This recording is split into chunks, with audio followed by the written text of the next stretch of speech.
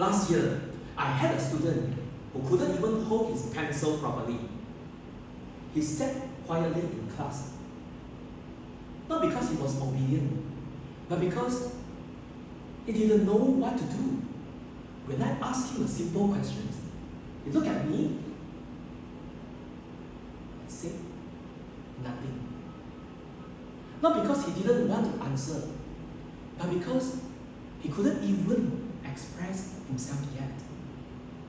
And in that moment, I didn't just see a student. I saw a child who was not ready.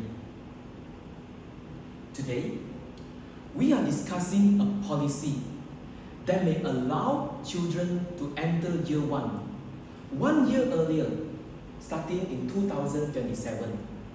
The idea behind this policy is simple. Children today are believed to be more mature, more intelligent, and more capable than before. And if that is true, then giving them an earlier start may seem like a good opportunity. To be fair, there are reasons why this proposal is attractive. Children today are exposed to technology earlier. Many can operate a smartphone before they can tie their shoelaces. Some can watch educational videos, count numbers, and recognize letters at a younger age than previous generations. If children are learning earlier, shouldn't school begin earlier too? It is a reasonable argument, but it assumes that exposure equals readiness. But as educators on the ground, we need to ask a deeper question. Is this the reality we are seeing in our classroom today? Because from where we stand, the education frontline, the picture looks very different. More and more teachers are noticing the same thing. We are seeing children who struggle to focus, children who cannot regulate their emotions, children who find it difficult to follow simple instructions, and more concerning, children who are unable to express even their most basic needs. Today, nearly 1 in 4 young Malaysian children under the age of 5 are experiencing developmental delays. Recent data cited by the Parliamentary Select Committee on Women, Children and Social Development found that the rate had risen to 24.3 in 2024, making Malaysia the only Asian country where developmental delays increased between 2000 and 2004. Think about that for a moment. In a classroom of 40 pupils, about 10 may already be struggling before learning even begins. These are not just numbers. These are real children sitting in our classroom, trying their best to catch up. And the gap does not stop there. Many children are entering school without basic self-care skills. Some still depend heavily on adults for simple tasks. Some lack consistent language interaction at home, which affects their ability to communicate and learn. At the same time, meaningful learning interactions within families, like reading, storytelling, and guided play, are becoming less frequent. So, while children today may be more exposed to screens and information, we need to ask a deeper question. Does exposure mean readiness?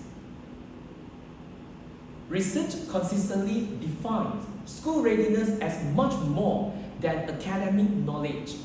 It includes language development, attention, self-regulation, social skills, emotional maturity, and the ability to adapt to a classroom environment. Children who struggle in school often have difficulties with communication, following directions, concentration, and working independently.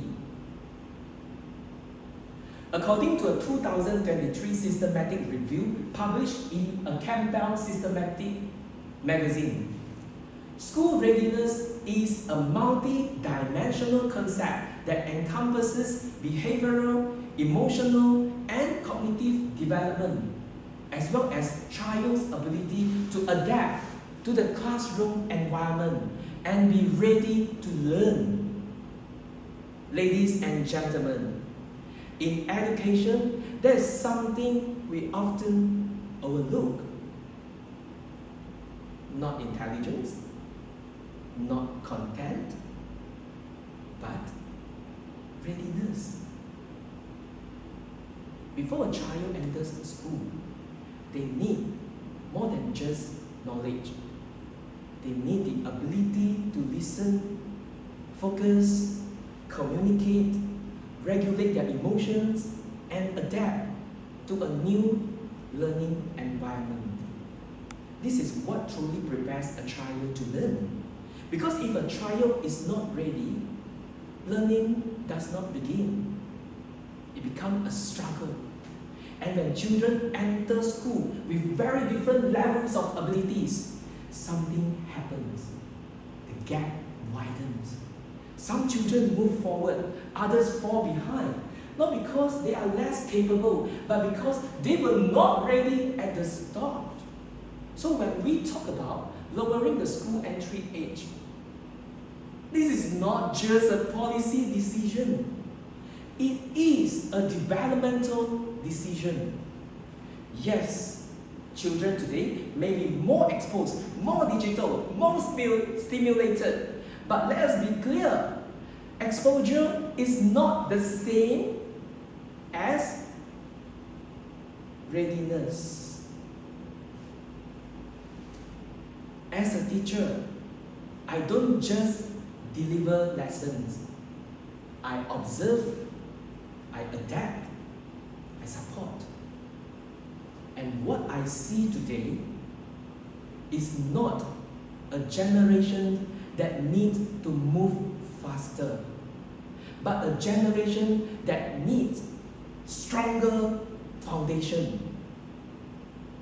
Education should not be a race. We are not trying to produce children who learn earlier. We are trying to nurture children who learn well. Because when we push children into a system they are not ready for, we are not accelerating their growth. We are increasing their struggle.